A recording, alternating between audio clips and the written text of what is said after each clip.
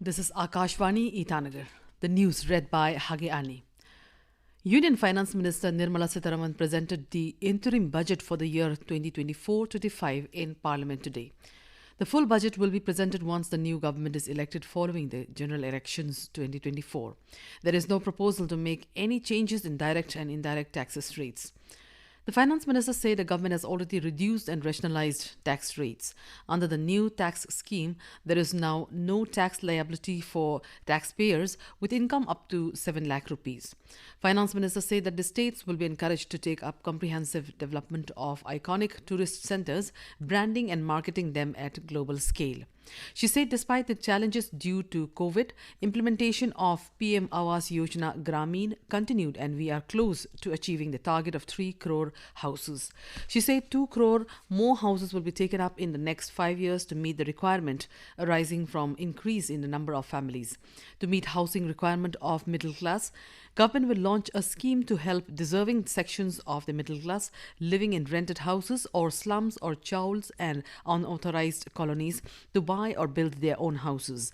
Finance Minister said government will encourage vaccination for girls in age group of 9 to 14 years for prevention of cervical cancer.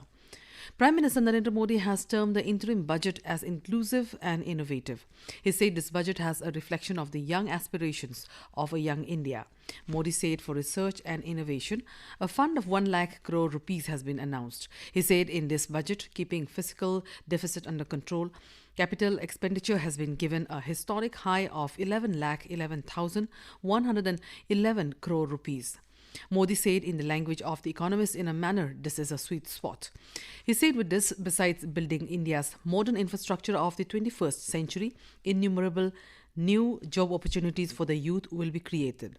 He said this budget guarantees to strengthen the foundation of Viksit Bharat in 2047. He said this budget reflects the aspirations of young India.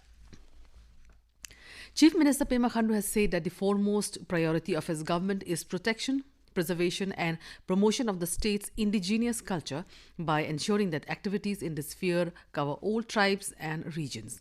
He said this while speaking at a valedictory function of the 8th Triennial International Conference and Gathering of Elders by International Centre for Cultural Studies at Dibrugarh, Assam on Wednesday.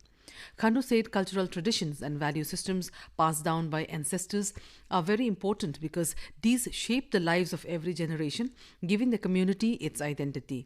He said the rich legacy of our traditions and cultures are passed down to us by our families, our communities and our societies. Our elders are indeed the living encyclopedias of our knowledge systems. I commend the elders of Arunachal, our forefathers, for keeping our cultures and traditions alive and inculcating those values in our youngsters. Governor Lieutenant General retired K.T. Parnaik has extended warm greetings to the people of the state on the eve of Dongin Festival of the Adi community. In his message, the governor said, Dongin Festival, which is celebrated with the mood of rejoicing and gaiety, marks the beginning of the new agro-horticulture season. The rituals and the festivity associated with the festival inspire all to sow and cultivate with zeal and fest.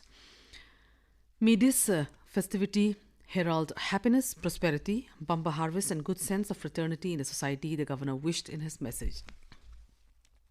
Dera Natung Government College Itanagar and Assam Downtown University Guwahati jointly organized the Northeast Educators Conclave on the National Education Policy and its implementation at the JNGC premises on Wednesday.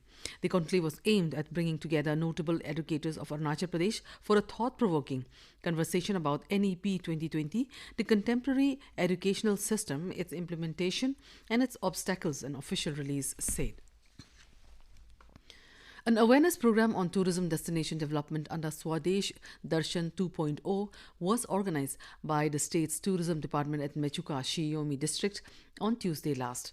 The topics covered in the program included sustainable tourism, responsible tourism, importance of basic communication skill, gender awareness, types of tourism, types of tourist, intercultural sensitivity, the potential of sustainable tourism and its importance.